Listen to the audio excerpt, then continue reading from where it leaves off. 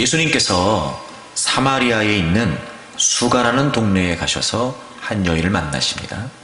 전후 문맥을 살펴보게 되면 예수님께서는 그 한 명의 여인을 만나시기 위해 의도적으로 그곳으로 가시게 됩니다.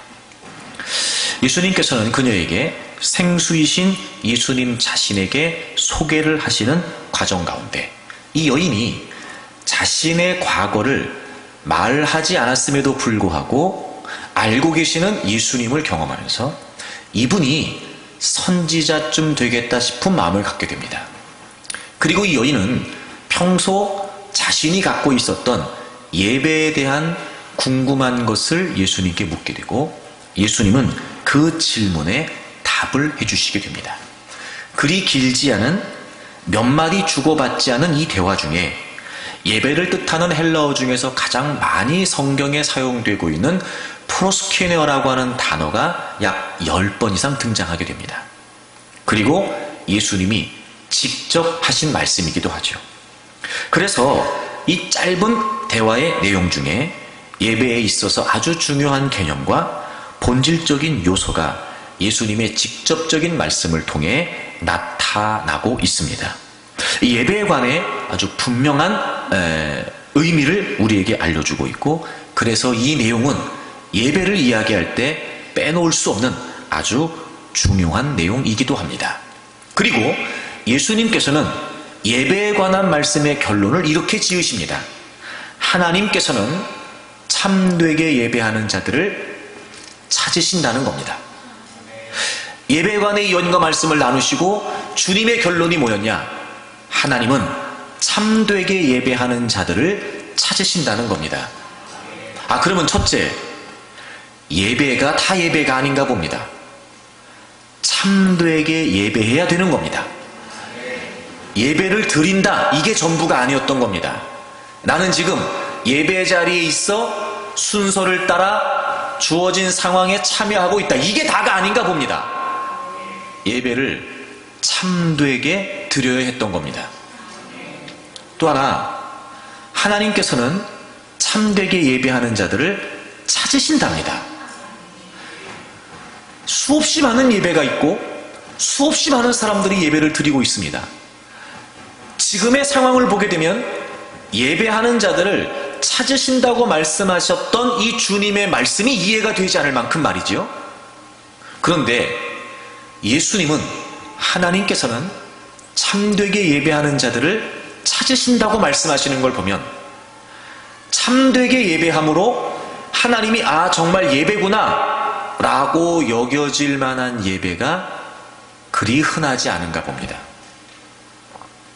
중요한 결론은 그것입니다.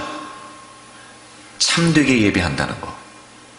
하나님은 그렇게 예배하는 자들을 지금도 찾고 계시다는 겁니다. 예배를 드려야 된다는 걸 반대할 사람은 없을 겁니다. 이미 여러분은 지금 그 일에 동의하여 예배의 자리에 나와 계시니까 말입니다. 많은 크리스찬들이 여러분 예배를 드려야 됩니다 라고 하는 부분에 있어 거부할 사람은 없을 겁니다.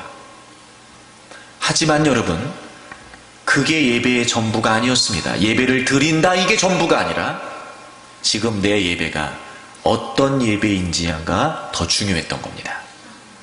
참되게 예배해야 되고 예배자를 찾으시는 하나님께 발견될 만한, 그렇게 예배하는 자들을 찾으시는 하나님의 눈에 발견될 만한 예배를 드려야 했던 겁니다. 과연 그런 예배는 어떤 예배일까요? 참된 예배, 하나님이 찾으시는 예배란 과연 어떤 예배일까요? 지난 시간에 아주 중요한 예배의 기본적인 전제를 여러분과 나누었습니다. 참되게 하나님을 예배해야 되는데 참된 예배의 기초는 구속이었습니다.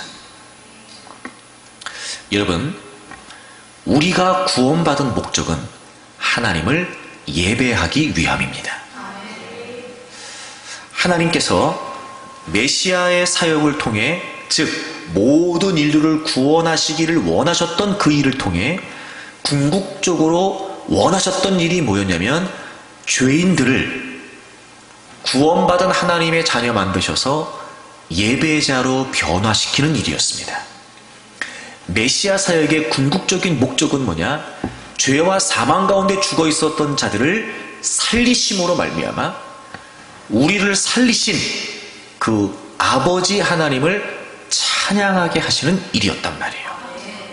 그러므로 우리가 예배한다라고 말할 때마다 내가 예수 그리스도의 십자가의 대속의 은혜를 통해 구원받아 영원한 생명을 얻게 된 새로운 존재가 된 하나님의 자녀가 된 그런 분명한 변화된 존재가 되었다라고 하는 복음 위에 있어야 그게 참된 예배가 된단 말입니다. 사실 그래서 오늘 여러분과 나눌 이 내용의 말씀 또한 참된 예배의 기초가 구속이라고 하는 의미와 또 일맥상통하기도 합니다. 오늘 본문에 예수님께서 이 여인을 만나서 대화하시는 과정 가운데 이 여인이 예수님께 말씀드리지 않았음에도 불구하고 예수님은 이 여인의 과거에 관해 말씀하십니다. 그때 이 여인이 예수님에 대한 인식이 바뀌게 되는데요. 19절을 보시면 여자가 이르되 주여 내가 보니 선지자로소이다. 자기가 얘기하지 않았는데도 불구하고 자신의 과거의 일들을 쭉 이야기하는 예수님을 보면서 아, 이분이 보통 분이 아니다 느낌이 왔던 거예요. 그리고 유대교적인 배경을 가지고 있었던 그녀가 아, 이 정도 된다면 예수님은 분명히 선지자 정도 되시지 않겠나 싶은 마음이 들었던 겁니다. 예수님께 얘기합니다. 아, 당신은 선지자이시군요. 그리고 선지자를 만난 김에 늘 자기가 갖고 있었던 예배에 대한 궁금증을 예수님에게 묻게 됩니다. 20절. 우리 조상들은 이 산에서 예배하였는데 당신들의 말은 예배할 곳이 예루살렘에 있다 하더이다. 이 20절의 내용이 바로 이 여인이 늘 갖고 있었던 예배에 대한 궁금증이었습니다. 사마리아인이었던 이 여인은 늘 그렇게 들어왔습니다. 우리 조상들은 이 산에서 예배해야 된다 이렇게 들었던 겁니다. 이 산은 바로 사마리아인들이 거룩한 산으로 여겼던 그리심 산을 의미합니다. 그런데 당신들은, 유대인들은 예배할 곳이 어디 있다고요? 예루살렘에 있다고 하는 겁니다. 똑같이 하나님을 예배하는데 사마리아인들은 그리심 산에서 예배를 해야 된다 그러고 똑같이 하나님을 예배해야 되는데 유대인들은 예루살렘에서 예배를 드려야 된다고 한다는 거예요. 그러니까 늘 이 여인은 예배를 드리면서도 그게 혼란스러웠던 겁니다. 이 여인은 도대체 어느 장소에서 예배를 드리는 게 진짜 옳은 예배인 건지 확실하게 알고 싶었던 겁니다. 그러면 적어도 이 여인에게 있어서 예배는 어떤 의미였냐면 장소의 의미가 지배적이었던 거예요. 이 여인은 예배에 관련하여 예배가 적어도 정해진 장소에서 드려진 어떤 의식으로 생각했던 겁니다. 그러니까 이 여인이 가장 큰 궁금증이 뭐였냐면 여기서 드리는 게 예배입니까? 여기서 드리는 게 예배입니까? 우리는 그리심산이라고 얘기하고 당신들은 예루살렘이라고 얘기하는데 도대체 어디서 드리는 게 예배입니까? 당신은 선지자니까 나에게 그 답을 좀 줄 수 있지 않겠습니까? 이런 의도로 지금 묻는 거예요. 그때 예수님이 이렇게 대답하십니다. 21절을 보세요. 예수께서 이르시되 여자여 내 말을 믿으라. 내 말을 믿으라. 아, 여러분 보통 이런 질문이면 내 말을 들어라 내지는 내가 너에게 이야기해 주겠다 이렇게 말씀하실 법한데 주님은 뭐라고 말씀하시면 내 말을 뭐 하라고요? 믿으라고요. 믿으라고. 그러니까 지금 이 여인에 대한 궁금증에 대한 확실한 답을 지금 예수님이 주시겠다는 거예요. 너 다 다른 얘기 네가 지금까지 알고 있었던 거 너가 지금 들었던 얘기 그거 다 소용없다. 너 내 말만 믿어. 내 말만 믿어. 내가 확실한 답을 줄게. 이 얘기 하시는 거예요 지금. 그래서 이렇게 말씀하시네요. 이 산에서도 말고 예루살렘에서도 말고 이 산에서도 말고 예루살렘에서도 말고 아, 지금 이 여인은 하나님 예수님 장소가 여기가 맞습니까? 여기가 맞습니까? 이렇게 물었는데 예수님은 그것도 아니고 이것도 아니라는 거예요. 그러니까 지금 주님은 예배를 어떤 정해진 장소에서 드려야 바른 예배라고 생각했던 이 여인에게 예배는 그게 아니라는 걸 말씀해 주시는 거예요. 주님은 그 산도 아니고 이 산도 아니다. 그러니까 어느 정해진 장소에서 드리는 게 예배가 아니다라고 말씀하시면서 예배에 있어서 그들은 사마리아인이나 유대인들은 예배에 있어서 어떤 정해진 장소에서 정해진 틀에 의해 드려지는 게 예배라고 생각했던 그들의 개념을 지금 바꾸어 주시는 거예요. 그게 아니라는 거죠. 그게 아니라는 겁니다. 예배에 있어서 장소가 중요한 게 아니라는 겁니다. 예배는 어떤 특정한 장소에서만 드려야 예배가 되는 게 아니라는 의미죠. 예배는 어떤 특정한 장소에서 정해진 곳에 그곳에서만 모여서 또는 어떤 정해진 형식에 의해 이루어지는 종교적인 의식 내지는 활동이 아니라는 말씀을 하시면서 지금까지 그들이 갖고 있었던 잘못된 예배에 대한 개념을 예수님이 지금 고쳐주시는 겁니다. 그럼 주님이 이렇게 말씀하신 의도가 뭘까요? 바로 예수님께서 이 땅에 오셔서 메시아 사역, 구속의 사역을 완성해 주심으로 이루어 주신 놀라운 은혜 때문에 그렇습니다. 결론부터 말씀을 드리면 예수 그리스도의 구속의 사역을 통해 구원받은 우리가 이제는 성전이 되었기 때문이라는 거예요. 요한복음 2장을 가보실까요? 요한복음 2장에 보시면 예수님께서 공생의 사역을 시작하시면서 성전을 청결케 하시는 장면이 13절부터 등장하게 되고, 그때 예수님께서 예루살렘 성전을 향해 이런 말씀을 하세요. 19절 보시면 너희가 이 성전을 헐라 내가 사흘 동안에 일으키리라. 예수님이 성전을 보시면서 유대인들에게 이 성전 다 허물어라, 내가 3일 만에 일으켜 세울 거다. 그때는 유대인들이 뭐라고 말하냐면, 우리식으로 쉽게 표현하면 아이고 정신이 나갔구나 예수가. 아니 이 예루살렘 성전이 46년 동안 지어졌는데 아니 어떻게 저걸 허물고 저걸 3일 만에 일으킬 수 있다고 얘기하냐는 겁니다. 그러니까 이 유대인들은 지금 예수님이 하시는 말씀을 문자적으로만 이해하고 있었던 거죠. 근데 그게 아니었어요. 21절 예수님이 그렇게 말씀하신 의도는, 그러나 예수는 성전된 자기 육체를 가리켜 말씀하신 것이다. 그러니까 예수님 말씀은 문자 그대로 예루살렘, 지금 눈에 보이는 그 예루살렘 성전, 그들이 예배하는 곳이라고 여겼던 그 예루살렘 성전을 무너뜨린 다음에 3일 만에 세우시겠다 이 의미가 아니라 성전 되신 자신의 육체를 말씀하시면서 예수님이 십자가에서 죽으시고 3일 만에 부활하실 것에 관해 말씀하신 거예요. 지금 예수님은 자신의 몸을 무엇에 비유하고 계십니까? 성전에 비유하고 계십니다. 예수님의 몸은 하나님께서 거하시는 성전이셨습니다. 참된 예배의 유일한 중심지인 진정한 성전이 바로 예수님이셨던 거예요. 그리고 그 성전 되신 참 하나님이시며 참 하나님이 거하시는 성전 되신 예수 그리스도께서 이 땅에 오심으로 우리 모든 인류의 죄를 담당해 주시고 십자가에서 죽으신 그 대속의 사역으로 말미암아 우리에게 주어진 놀라운 두 가지의 은혜가 있습니다. 에스겔 37장을 찾겠습니다.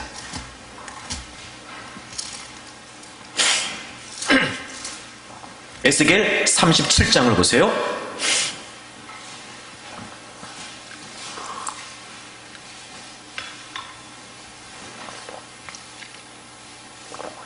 (24절부터) 보시면 앞절의 내용은 우리가 잘 알고 있는 것처럼 마른 뼈가 군대가 되는 내용이 기록되어 있어요. 역시 이것은 이스라엘을 회복하시는, 모든 인류를 회복하시기를 원하시는 하나님의 비전이 담겨져 있죠. 그리고 역시 24절부터도 회복에 관한 약속의 말씀을 주십니다. 24절 내 종 다윗이 그들의 왕이 되리니 그들 모두에게 한 목자가 있을 것이다.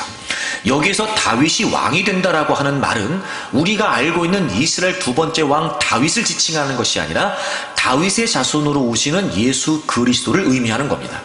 왜냐하면 여러분, 에스겔이 쓰여졌던 이 당시에는 이미 다윗 왕은 죽고 없단 말이에요. 근데 무슨 또 다윗이 왕이 되겠습니까? 그런 의미가 아니라 다윗의 자손으로 오신 예수 그리스도가 우리의 왕이 되시고 우리의 목자가 되신다는 의미를 담습니다. 그리고 예수 그리스도께서 우리를 위해 죽으심으로 말미암아 두 가지 은혜를 주시는데, 첫째가 뭐냐면 26절 내가 그들과 화평의 언약을 세워서 영원한 언약이 되게 하신다는 겁니다. 화평. 여러분, 우리가 우리의 죄 때문에 우리는 하나님과 우리 사이의 관계가 깨어져 있었습니다. 우리는 하나님의 생명에서 떠나 있었습니다. 우리는 하나님 앞에 나아갈 수 없었습니다. 여러분, 우리의 죄가 얼마나 치명적이었냐면 해결되지 않은 우리의 죄는 결코 하나님 앞에 나아갈 수 없는 가장 완벽한 장애가 됩니다. 게다가 우리가 우리의 죄를 해결할 수 있는 방법이 없었습니다. 그런데 예수 그리스도께서 우리의 모든 죄를 대신 감당해 주심으로 말미암아 이제 우리는 예수 그리스도를 믿는 믿음 때문에 하나님께로부터 의롭다 하심을 받게 되었고, 그 예수 그리스도의 이름의 능력을 의지하고 우리는 하나님께 나아갈 수 있게 됐단 말이에요. 이 관계가 바로 샬롬, 회복된 하나님과의 관계, 화평의 관계를 의미합니다. 그래서 성전 되신 예수 그리스도께서 우리를 위해 죽어주심으로 말미암아 회복된 하나님의 은혜가 뭐냐면 이제 우리가 예수님의 이름으로 하나님께 나아갈 수 있게 되었다는 거예요. 여러분, 오늘도 우리가 이렇게 지금 하나님 앞에 있잖아요. 우리가 하나님을 아버지라고 부르고 하나님을 찬양하고 하나님께 기도하고, 이 모든 것들이 어떻게 주어진 거예요? 예수 그리스도 때문이에요. 예수 그리스도 때문에. 그래서 우리는 이제 죄가 있음에도 불구하고 예수 그리스도를 믿음으로 말미암아 의롭다 하심을 받고 이제 회복된 하나님과의 관계 안에 있을 수 있게 되었단 말입니다. 그리고 두 번째 주신 약속이 뭐냐면, 은혜가 뭐냐면 또 그들을 견고하고 번성하게 하며, 그 다음 보세요. 내 성소를 그 가운데에 세워서 영원히 이르게 하겠다. 여러분, 내 성소, 이게 무슨 의미일까요? 바로 성전 되신 예수님을 의미하는 거예요. 그리고 하나님께서 하나님의 성전 되신 예수 그리스도를 우리 가운데 세우셔서 영원히 있게 하시고, 27절 내 처소가, 그러니까 26절에서는 성소라고 하는 표현을 27절에서는 처소라고 바꾸신 것이요, 성전 되신 예수 그리스도로 말미암아 이제 하나님이 우리 안에 거하시는 처소를 두시겠다는 거예요. 내 처소가 그들 가운데 있을 것이며, 그래서 나는 그들의 하나님이 되고 그들은 내 백성이 된다는 거예요. 여러분, 예수 그리스도를 믿음으로 내가 하나님을 아버지라고 부르게 되고 내가 하나님의 백성 됐잖아요. 이게 무슨 의미예요? 이제 하나님이 성전 되신 예수 그리스도로 말미암아 우리 안에 처소를 두시고 우리와 영원히 함께 하시겠다는 거예요. 그래서 28절을 보세요. 내 성소가 영원토록 그들 가운데 있으리라. 내 성소, 예수 그리스도가 영원토록 우리 안에 거하시겠다는 거예요. 임마누엘이요. 예수님의 또 다른 이름이 뭐였어요? 임마누엘이었어요. 내가 너희와 영원히 함께 하리라. 예수 그리스도께서 우리를 위해 죽으심으로 말미암아 그 메시아의 대속의 사역으로 말미암아 우리에게 주어진 두 가지 은혜가 뭐냐면 샬롬과 임마누엘입니다. 이게 가능해진 이유가 뭐예요?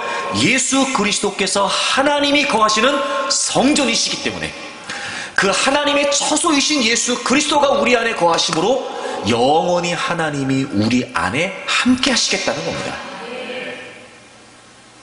그래서 예수 그리스도를 믿는 우리 모두는 하나님이 우리 안에 거하시는 뭐가 된 거예요? 성전 된 거란 말이에요. 성전. 고린도후서를 보겠습니다. 고린도후서 6장을 보시면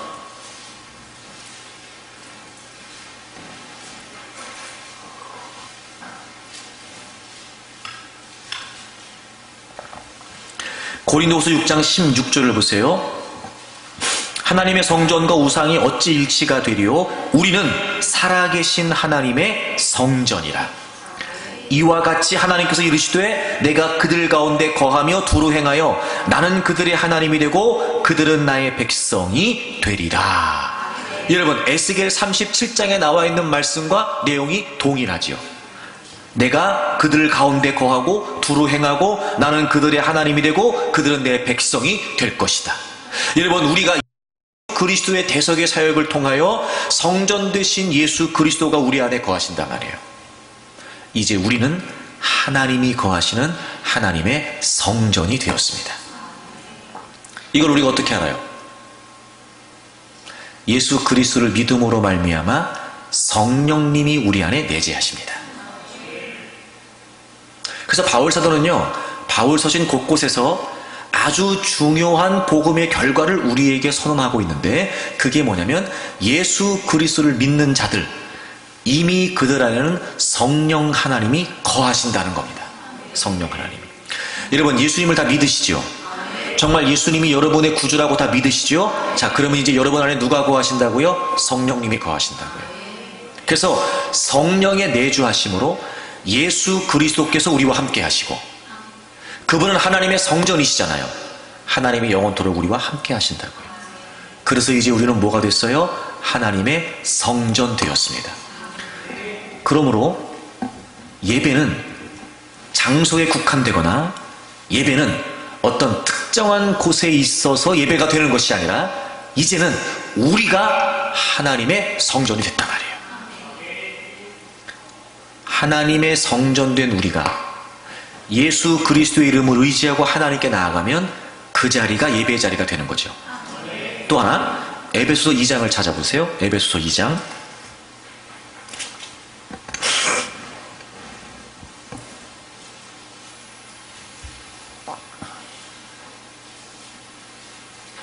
(20절) 보시면 너희는 이렇게 되어 있어요. 너는 이렇게 되어 있지 않고 너희는 이렇게 되어 있습니다. 사도들과 선자의 터 위에 세우심을 입은 자라 그리스도 예수께서 친히 모퉁이 돌이 되셨느니라. 예수 그리스도라고 하는 이 복음의 반석 위에 사도들과 선자들이 전한 복음 위에 이제 우리가 세워져 가고 있단 말이에요.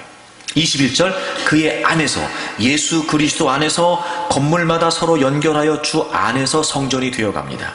20절에 언급되어 있는 그 안에서 건물마다 서로 연결하여 주 안에서 뭐가 되어가요? 성전이 되어가고, 너희도 성령 안에서 하나님이 거하실 처소가 되기 위하여 그리스도 예수 안에서 어떻게 지어져 간다고요? 함께 지어져 간다고요. 여러분, 저를 보세요.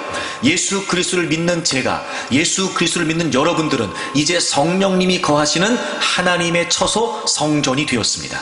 그리고 성전된 우리가 그 예수 그리스도 안에서 함께 성전으로 지어져 간다. 공동체, 하나님의 성전, 거룩한 공동체로 세워져 간다는 거예요. 건물이 성전이 아닙니다, 여러분. 건물이 성전이 아니라 우리가 모여있는 이 모임 자체가 성전이란 말이에요.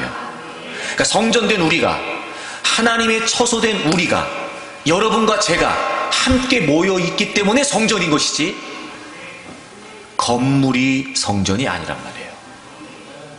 그러므로 예수 그리스도 이름으로 구원받은 하나님의 백성들이 그가 하나님을 예배하는 곳이 예배의 장소이고, 우리가 성전된 우리가 모여 하나님을 찬양하고 예배하는 곳이 바로 성전이란 말이에요. 그러니 이 여인들은, 유대인들과 사마리아인은, 이 여인은 예배에 대한 개념이 잘못되어 있었던 거죠. 그리고 이제 예수 그리스도께서 오심으로 말미암아 그 모든 문제를 해결해 주시고 완성해 주셔서 이제는 예수님을 믿는 모든 사람이 하나님이 거하시는 성전이 되니까 이 산도 아니고 저 산도 아니죠. 그래서 여러분 또 강조합니다. 참된 예배의 기초는 구속이었어요. 그렇기 때문에 여러분, 구속이 분명하지 않으면, 복음이 분명하지 않으면 예배가 예배일 수 없습니다. 예배라는 건 하나님의 성전된 우리가 예수 그리스도를 믿음으로 하나님이 우리 안에 거하셔서 하나님의 성전된 우리가 하나님께로 나오는 것이기 때문에, 구속이 분명하지 않다면 예배가 예배일 수 없단 말이에요. 그래서 예수 그리스도께서 이루어 주신 그 구속의 사역의 궁극적인 목적이 바로 우리가 하나님을 예배하는 거였어요. 히브리서 9장을 찾으세요.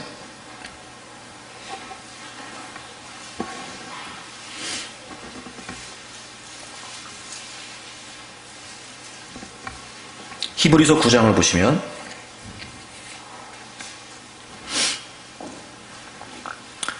11절부터 그리스도께서는 좋은 일에 대제사장으로 오사 손으로 짓지 아니한 것 곧 이 창조에 속하지 아니한 더 크고 온전한 장막으로 말미암아 그리스도께서 장래 좋은 일, 이후에 나와 있는 얘기를 말해요. 그 일을 위해 대제사장으로 오셨어요. 12절과 13절은 13절은 구약의 제사를 말해요. 그것과 달리 12절 예수님은 짐승의 피가 아니라 오직 자신의 피로 영원한 속죄를 이루사 단번에 성소에 들어가셨어요. 그러니까 구약의 제사는 불완전했죠. 왜냐하면 짐승의 피 그 자체에는 죄를 사는 능력이 없었기 때문에 구약의 제사는 늘 불완전했습니다. 하지만 예수 그리스도께서는 그 피가 아니라 자신의 피로 말미암아 단번에 영원한 속죄를 이루어 주시고 성소, 하나님의 임재가 있는 성소에 들어가셨습니다.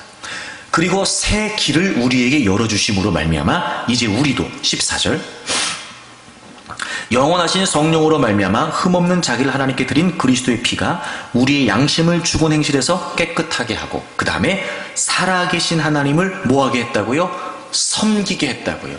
여러분 여기서 섬기게 했다라고 하는 이 섬긴다라고 하는 단어가 바로 serve, 헬라어로 라투리오, 예배를 의미하는 단어예요. 그러니까 궁극적으로 메시아 사역을 통하여 우리에게 주어진 은혜가 뭐냐? 이제 우리가 하나님께 나아가 하나님을 예배할 수 있는 존재가 되었단 말이에요. 우리가 성전되었단 말입니다.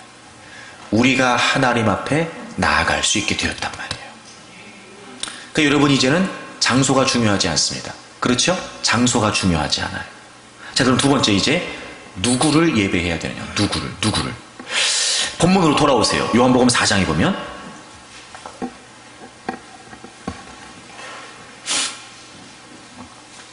그러면서 예수님께서 예배에 관해 말씀을 하시는데 21절 뒷부분에 보시면 너희가 아버지께 예배할 때가 이른다. 아버지께.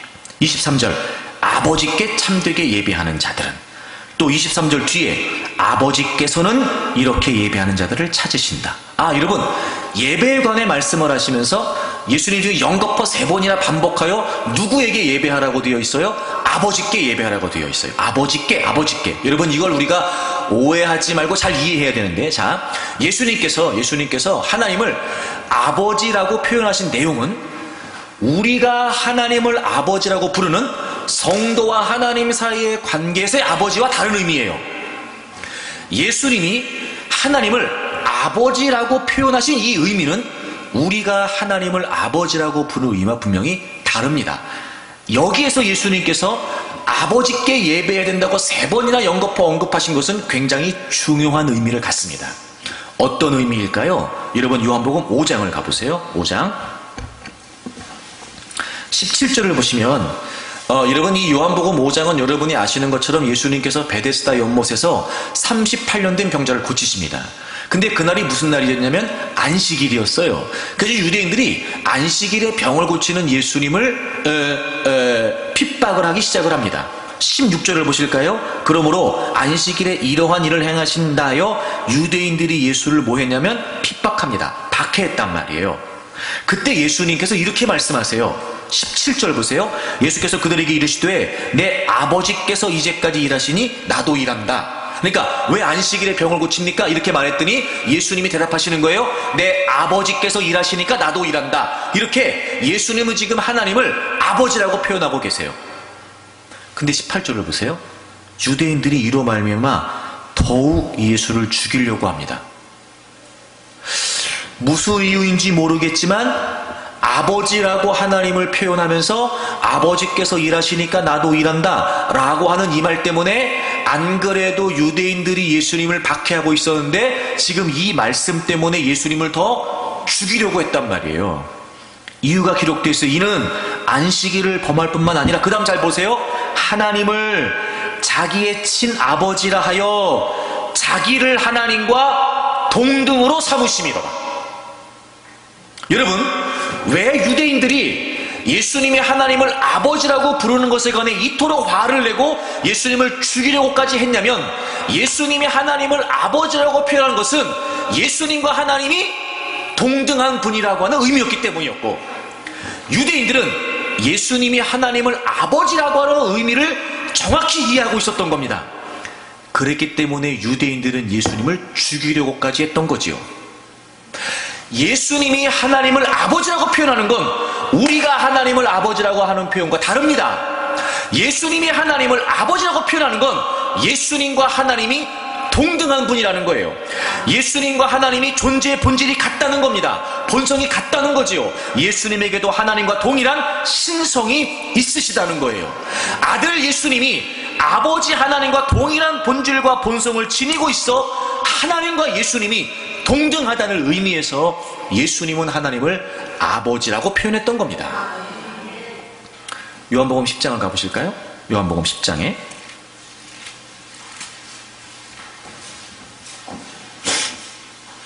역시나 예수님께서 또 하나님을 아버지라고 그렇게 표현하십니다. 29절, 그들을 주신 내 아버지는 만물보다 크심에 아무도 아버지 손에서 빼앗을 수 없다. 31절, 나와 아버지는 하나라. 그랬더니 31절에 유대인들이 돌을 들어서 예수님을 쳐 죽이려고 했습니다. 그때 예수님이 이렇게 말씀하세요. 내가 아버지로 말미암아 선한 일을 너희에게 보였다. 또 아버지라고 얘기하세요. 그때 33절 유대인들이 이렇게 대답합니다. 선한 일로 말미암아 우리가 너를 돌로 치려는 것이 아니라 신성 모독으로 인함이니 네가 사람이 되어 자칭 하나님이라 함이로다. 또 지금 얘기하고 있습니다. 예수님은 하나님을 아버지라고 표현했는데 지금 유대인들은 그 의미를 정확히 알고 있었어요. 예수님이 하나님을 아버지라고 부르시는 이유는 뭐냐? 예수님과 하나님이 동등하다는 의미였어요. 그러니까 유대인들은 말이 안 되는 겁니다. 이해할 수 없는 거예요. 어떻게 이렇게 하나님을 모독하냐 말이에요. 사람인 예수가, 인간인 예수가 어떻게 하나님과 자기가 동등하다고 말할 수 있냐 말입니다. 그러니 유대인들 입장에서 봤을 때는 예수님을 그리스도로, 예수님을 메시아로 인정하지 않았던 유대인들 입장에서는 그 예수님이 지금 신성 모독을 하고 있는 거예요. 그러니까 돌로 쳐서 죽여 마땅한 거죠. 아, 여러분, 예수님께서 하나님을 아버지라고 표현하신 건 우리가 하나님을 아버지라고 부르는 의미와 다른 의미입니다. 다시 말해 지금 예수님은 이 여인에게 이렇게 말씀하는 것이죠. 너 예배에 대해서 궁금하냐? 장소는 이제 중요하지 않다. 내가 바로 예배를 받을 하나님과 동등된 그리스도라고는 의미였던 거예요. 여러분, 또 강조합니다. 참된 예배의 기초는 구속이라고 말씀을 드렸어요. 동시에 그 의미는 무슨 말이냐면 진정한 예배의 중심은 예수 그리스도가 없이는 불가능합니다. 예수님은요 하나님과 동등된 분이시고 예수님은요 하나님과 동등된 신성을 갖고 계신 분이시며 그 예수님은 성부 하나님과 동일하게 성자 하나님으로 마땅히 예배를 받으시기에 합당하신 분이십니다. 예수님은 지금 자신이 예배의 대상이 되시는 하나님과 동등된 분이라고 하는 사실을 그 여인에게 알려주고 계시는 것입니다. 내가 바로 예배를 받을 하나님과 동등한 그리스도라고 하는 사실을 이 여인에게 말씀하고 계시는 거였습니다. 여러분, 예배에 있어서 가장 중요한 내용이 뭘까요? 그건 바로 예수 그리스도가 없이는 우리가 하나님을 예배할 수 없다는 겁니다.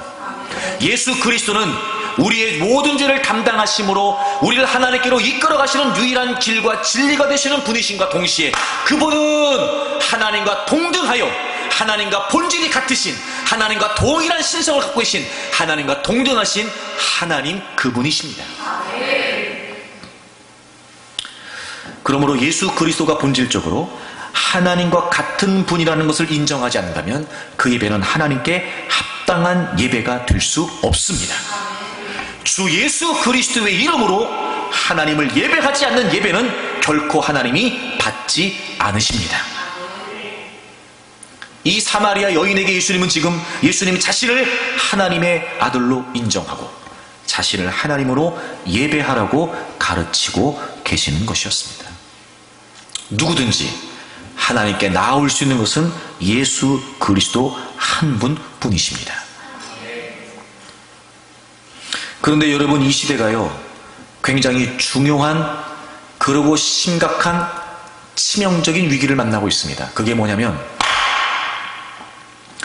예수 그리스도 없이 모일 수 있다는 겁니다.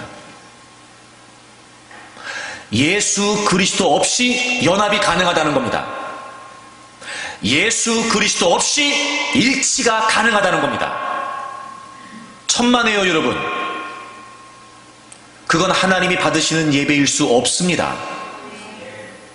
예수 그리스도를 유일한 구세주로 인정하고 예수 그리스도를 하나님으로 인정하지 않는 예배는 예배가 아닙니다.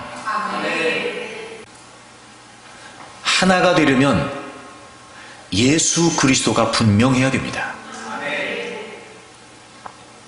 근데 이 시대가요, 신앙에 있어, 예배에 있어 가장 중요한 중심에 놓아야 될, 가장 중요한 중심에 위치하셔야 될 예수 그리스도는 제외한 채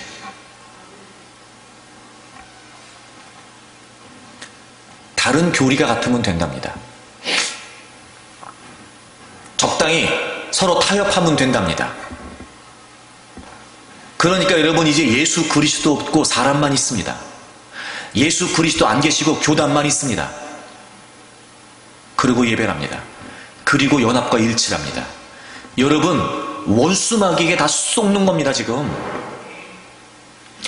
예수 그리스도가 아니면 하나님께 나아갈 수 없어요. 예배의 핵심과 중심은 바로 예수 그리스도이시고 그분은 예배를 받으시기에 합당하신 하나님이십니다. 그러므로 여러분이 정말 참되게 하나님을 예배하기를 원한다면 예수 그리스도가 더 분명해야 합니다. 고린도후서 4장을 찾으세요.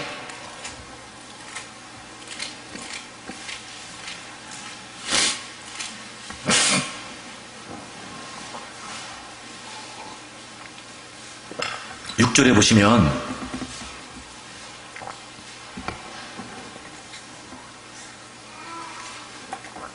(4장 6절에) 보시면 어두운 데 빛이 빛이라 말씀하셨던 그 하나님께서, 창조주 하나님께서 예수 그리스도의 얼굴에 있는 하나님의 영광을 아는 빛을 우리 마음에 비추셨습니다. 자, 창조주 하나님께서 하나님의 영광을 아는 빛이 어디 있다고 하시냐면 예수 그리스도의 얼굴에 있답니다. 예수 그리스도의 얼굴에 있는 하나님의 영광을 아는 빛이랍니다. 그러면 하나님의 영광을 아는 빛이 어디에 있다는 거예요? 예수 그리스도의 얼굴에 있다는 거죠. 여러분, 예수님은 하나님과 동등한 분이십니다. 예수님은 하나님이십니다. 예수님은 유일한 하나님의 형상이십니다. 예수님은 히브리서 1장에 있는 것처럼 우리에게 주어진 하나님의 최종적인 계시이십니다. 그래서 하나님께서는, 잘 보세요, 하나님의 영광을 아는 그 빛을 예수 그리스도의 얼굴에 두시고 그 예수 그리스도를 알도록 우리 마음에 비추어 주셨대요. 존재적으로 예수 그리스도를 만나야만, 예수 그리스도가 분명해야만 하나님을 알게 됩니다. 제가 끊임없이 강조하는데 여러분 잊지 마십시오. 우리는 우리의 지식이나 우리의 노력이나 우리의 수고로 하나님을 만나는 게 아니에요. 절대로 우리는 우리의 그 어떤 것을 동원하여 하나님을 깨닫거나 하나님을 알거나 하나님을 이해할 수 없습니다. 오직 예수 그리스도로만이 가능합니다. 그러니 예수 그리스도를 하나님으로 인정하지 않는 예배가 예배일 수 없으며 그 예배는 예배가 될 수 없단 말이에요. 그런데 4절을 보시면 그 중에 이 세상의 신이 믿지 아니하는 자들의 마음을 혼미하게 하여 그리스도의 영광의 복음의 광채가 비치지 못하게 함이니 그리스도는 하나님의 형상이니라. 그런데 세상의 신 사단은 뭘 하냐면 우리의 마음을 혼미하게 합니다. 아까 우리의 마음에 하나님의 영광을 아는 빛을 비추셨다고 그랬어요. 예수 그리스도를 통해서. 근데 원수마귀가 하는 게 뭐냐면 우리의 마음을 혼미하게 합니다. 여러분이 마음이라고 하는 단어는요, 우리의 존재를 의미해요. 전 인격을 의미합니다. 자꾸 우리를 혼란스럽게 만들어요. 그래서 그 영광의 복음의 광채, 하나님을 깨닫는, 창조주 하나님을 깨닫게 하는 그 영광의 복음의 광채를 자꾸 가린단 말이에요. 여러분, 이 시대가 복음을 잃어버리면서 믿음이 무너지고 예배가 상실됐습니다. 모여서 드리는 예배는 더 많았을 수 있고 이전보다 비해 더 많은 사람들이 모여 예배할 수 있지만 과연 그 예배가 참된 예배이며 과연 그 예배가 하나님이 찾으시는 예배일 수 있겠냔 말입니다. 여러분, 성부 하나님을 예배하는 것과 성자 하나님을 예배하는 것은 결코 분리될 수 없습니다. 본질적으로 예수님과 하나님은 한 분이시기 때문에 그렇습니다.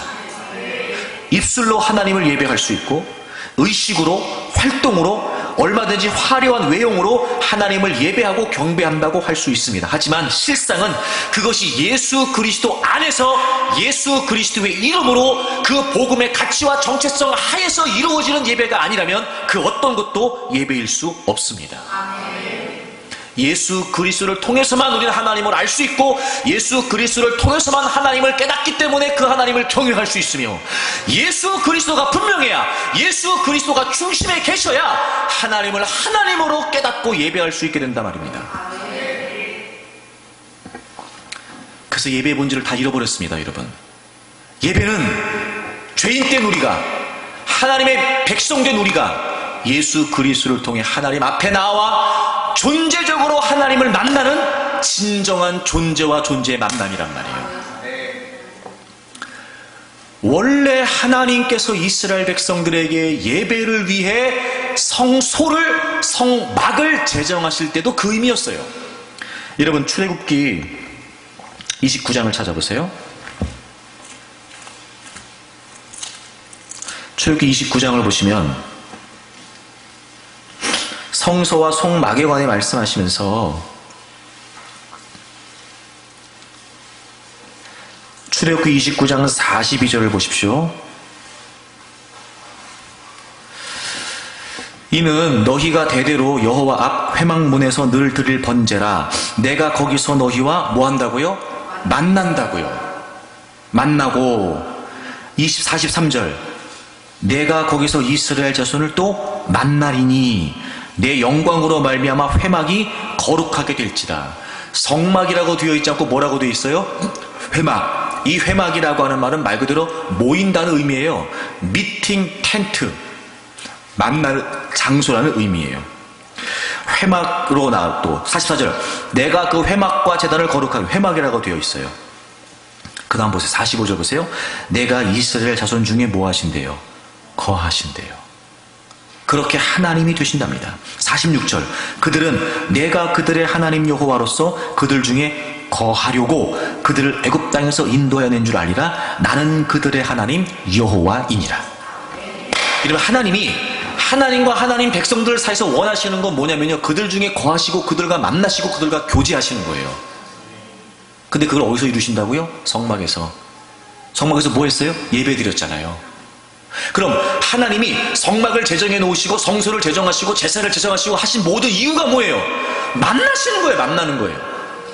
하나님 백성들을 만나고 그들 중에 거하고 그들과 함께하고 그들과 연합하고. 비록 구약의 제사는 불완전한 제사였으나 그럼에도 불구하고 하나님은 그렇게 하나님이 정하시는 방법으로 하나님을 만나러 나오면 하나님이 만나 주시겠다는 겁니다. 그게 예배였어요. 그게 예배였습니다. 솔직히 우리끼리 얘기하지만, 그런데 이 예배에 대한 본질, 구속에 대한 본질, 복음에 대한 본질을 다 잃어버린 채 이제 예배는요, 우리의 예배는 하나님에게 관심이 없습니다. 뭘 보면 아냐면요, 예배 끝나고 나고 우리가 그 예배를 어떻게 평가합니까? 은혜를 받았다 못 받았다 이렇게 평가합니다. 오해하지 말고 들으십시오. 예배를 통해 은혜를 받지 말라는 게 아닙니다. 그게 먼저가 아니라고요. 내가 그 자리에서 하나님을 만났냔 말이에요. 하나님을 만났냐고요. 내가 예수 그리스도가 분명하여 예수 그리스도 이름으로 하나님 앞에 나아가 그 예배의 자리에서 정말 살아계신 하나님을 만난 흔적이 있냔 말입니다.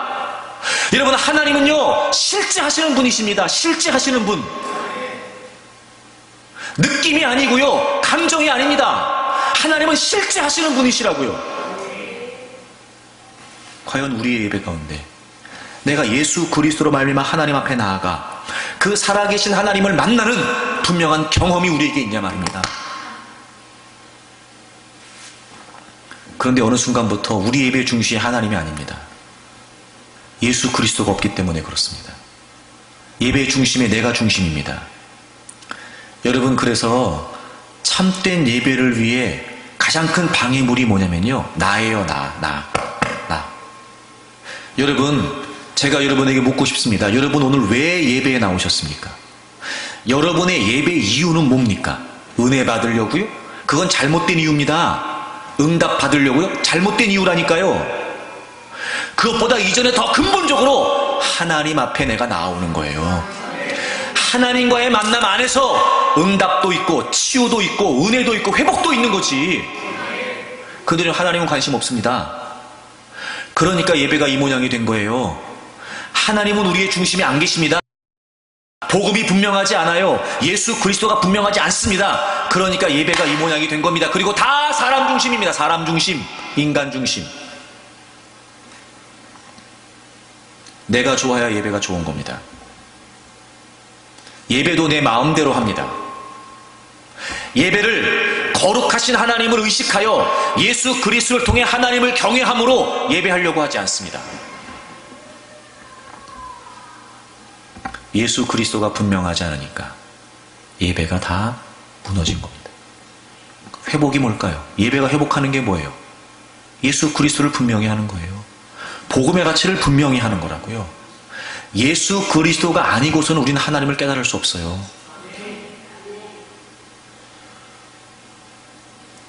그래서 보세요. 히브리서 12장에 믿음의 주요, 즉 믿음을 창시하시고 온전케 하시는, 믿음을 완성하시는 이 예수 그리스도를 바라보자고요. 그 바라본다는 말은요, 보여서 보는 게 아니라 보려고 보는 거고요.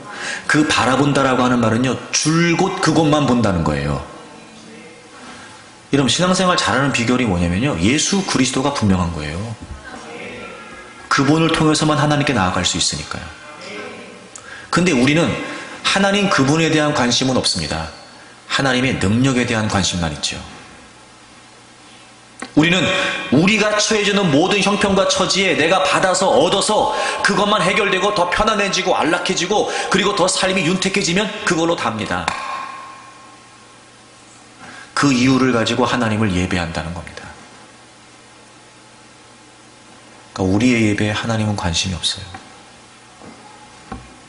자, 여러분 보세요. 이쯤 되면 예수님 말씀이 이해가 돼요. 참되게 예배하는 자들을 찾으신다는 겁니다. 두 눈을 감아보세요. 지금까지 우리가 수도 없이 많은 예배를 드렸습니다. 저 역시 그렇습니다.